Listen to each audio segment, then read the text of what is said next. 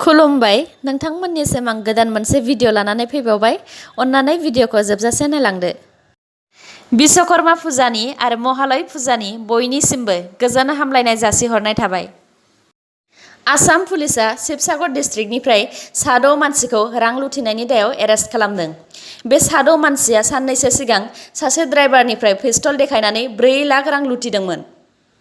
बे साद' लुथिग्रानि मुङा दीपु कनवार, रन्जन दास, सुमन्ता दास, राकेश गयारी, आरजु गगৈ आरो अन्जु सरकार। बिसोरनिफ्राय पुलिसा 2,46,000 रां, गंसे नकली पिस्तल, गं6 मबाइल आरो गंसे गारि मोन्दों, जायखौ बिसोरो लुथिनायाव बाहायदोंमोन। डक्टर हेमन्त बिश्व शर्माखौ बुथारनायनि धमकी होनायनि दायाव आसामनि सासे मानसिनि एगेन्स्टै एफआइआर होनाय जाबाय। हाज'नि अख्तर आली मुंनि सासे मानसिया डक्टर हेमन्त बिश्व शर्माखौ ससियेल मिडियानि गेजेरजों गाज्रि रायनायजों लोगोसे बुथारनायनि धमकी होदोंमोन। दा बेनि एगेन्स्टैनो बिजेपिनि वार्कार्स नवज्योति कलिता आरो हिराक शर्माया हाज' पुलिस स्टेशनाव बे केसआव थाबैनो इनभेस्टिगेशन खालामनानै अख्तर आलीखौ एरेस्ट खालामनो थाखाय दाबि दैखांदों। राजस्थाननि कोटानि खाथियाव चम्बल दैयाव 50 जन गाखोनाय गंसे नावा बेलथायनानै गासै 4 मानसि थैदों आरो 19बो बारा मानसिया दैयाव गोमानानै दङ। खौरांनि बायदिब्ला दै बारनानै बिसोरो कमलेश्वर धाम मन्दिराव थांनो नागिरदोंमोन। बेयावनो मानसिफोरनि लेरथाया बारा जानानै नावा बेलथायदों आरो बे जाथाया जानो मोन्दों। कटन इउनिभार्सिटिया जानो लागा आन्डार ग्रेजुएट आरो पोस्ट ग्रेजुएटनि सेमिस्टार एग्जामनि फिसखौ 25% खम खालामनाय जाबाय होननानै नटिसनि गेजेरजों फोरमायदों। आन्डार ग्रेजुएटनि एरियार, रिपिट आरो बेटारमेन्ट एग्जामनि फिसखौ खम खालामनानै 825 खालामनाय जाबाय आरो पोस्ट ग्रेजुएटनि एरियार, रिपिट आरो बेटारमेन्टनि फिसखौ खम खालामनानै 863 खालामनाय जाबाय।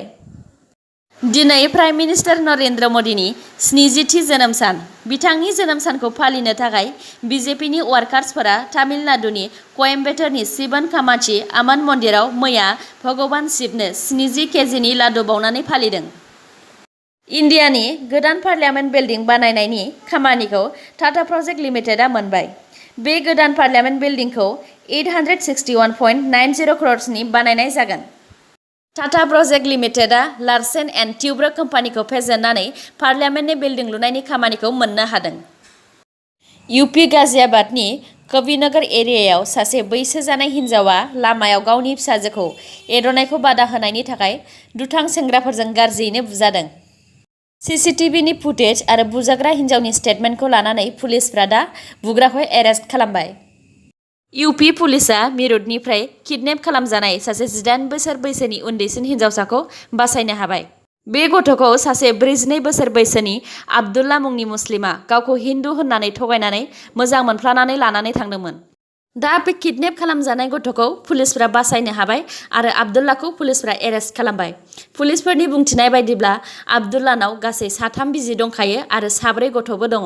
आब्दुल्लाया फेसबुकआव आमन नाम लानानै बे हिन्जावसा गथ'खौ मोजां मोनफ्लानानै किडनेप खालामनानै लानानै थांदोंमोन।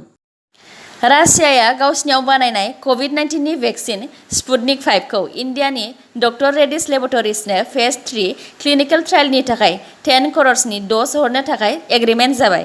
बे एग्रिमेन्टआ रासिया डाइरेक्ट इनभेस्टमेन्ट फान्ड आरो डक्टर रेड्डीज लेबरेटरिजनि गेजेराव जादों। बे ट्रायलाव इन्डियायाव जाफुंसारनो हायोब्लानो आरो गनायथि मोनोब्लानो रासियानिफ्राय इन्डियायाव कभिड-19नि भेक्सिना सौफैसिगोन। बङाइगावआव मैया सासे 9 बोसोरनि हिन्जावसा गथ'आ रेप जादों।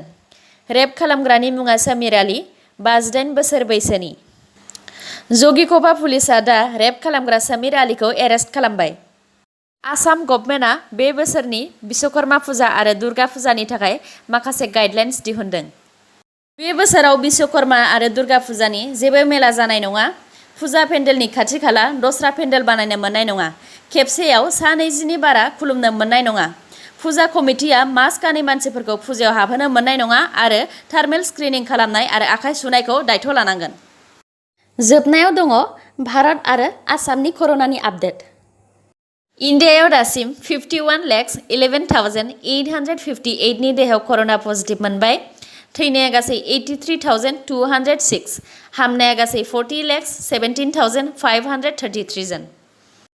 आसामाव दासिम 1,40,000 48,969 नि देहायाव कर'ना पजिटिभ मोनबाय। हामनाया गासै 1,16,900। दासिम 31,555 नि देहायाव कर'ना एक्टिभ जानानै दङ। थैनाया गासै 511 जन। आसामाव मैया सानसेयाव कर'नाजों गासै 19 एबा 19 जन थैदों।